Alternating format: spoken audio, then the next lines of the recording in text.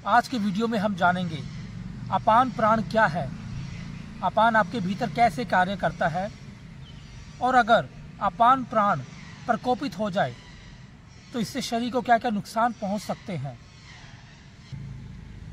बात की जाए अपान प्राण के विषय में, अपान का मुख्य कार्य है विसर्जन का। हमारे शरीर में मल मूत्र का विसर्जन का जो कार्य है वो अपान के द्वारा ही पूरा होता है। अपान का कार्य केवल शरीर की सफाई तक ही सीमित नहीं है, शारीरिक सफाई के साथ साथ आपके मानसिक स्वास्थ्य को भी प्रभावित करता है अपान प्राण। अगर आपके भीतर नेगेटिव एनर्जी है, आप नकारात्मक सोचते हैं या भीतर नेगेटिव ऊर्जा ज़्यादा भरी हुई है तो ये दर्शाता है कि आपके भीतर अपान प्राण असंतुलित है। नाभि से नीचे का जो क्षेत्र है वो अपान वायु के अंतर्गत आता है। पहले जानते हैं इसके मुख्य कार्य क्या क्या है। मल मूत्र विसर्जन संबंधी कार्य, महिलाओं में मेंस्ट्रुएशन या पीरियड संबंधी कार्य, हमारे प्रजनन अंग, पुरुषों में फर्टिलिटी, यहाँ तक कि जब बच्चा जन्म लेता है तो उसमें भी अपान वायु मुख्य भूमिका निभाती है। आज के पुरुषों में प्रोस्टेट कैंसर का बहुत चलन बढ़ रहा है। इसका बड़ा कारण है भीतर की अपान वायु का असंतुलित होना। महिलाओं की अनियमित माहवारी, ज़्यादा ब्लीडिंग होना, ये भी अपान वायु का प्रकोपित होना है। जानते हैं अपान प्राण को संतुलन में कैसे लाया जाए। पहले आप दंड आसन की अवस्था में पैरों को सीधा रखें। अब एक पैर को घुटने से मोड़ें,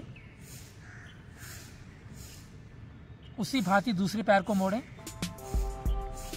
और दोनों पैरों के तलवों को आपस में मिलाएं। ध्यान रहे कमर को हमेशा सीधा रखें।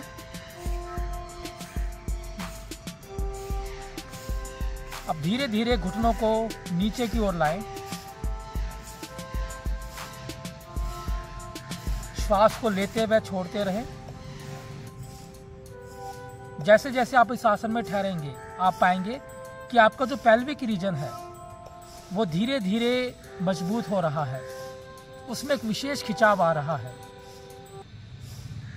क्योंकि ये हिप ओपनिंग का आसन है और इससे आपका जो अपान प्राण है वो धीरे धीरे बेहतर होता है।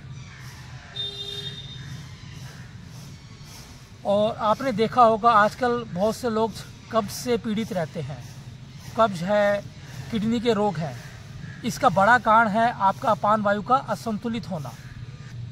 इसलिए जितने भी ये हिप ओपनिंग के आसन हैं उसको आप अवश्य जोड़ें। इसके अलावा अपने पोस्चर पर विशेष ध्यान दें। अपनी कमर को हमेशा सीधा करके बैठें, क्योंकि जब आप कमर को मोड़ के बैठते हैं तो हमारे जो भीतरी अंग हैं वो प्रकोपित हो जाते हैं और उसमें ऑक्सीजन का और ब्लड का सर्कुलेशन पर्याप्त मात्रा में पहुंच नहीं पाता, जिसके कारण अपान प्रकोपित हो जाता है और आपको इन समस्याओं का सामना करना पड़ता है। इसके साथ साथ हमारे नकारात्मक विचार भी अपान वायु के दोष से होते हैं। तो आप जान सकते हैं कि अपान वायु कितनी महत्वपूर्ण है। आगे की श्रृंखला में हम जानेंगे समान प्राण के विषय में।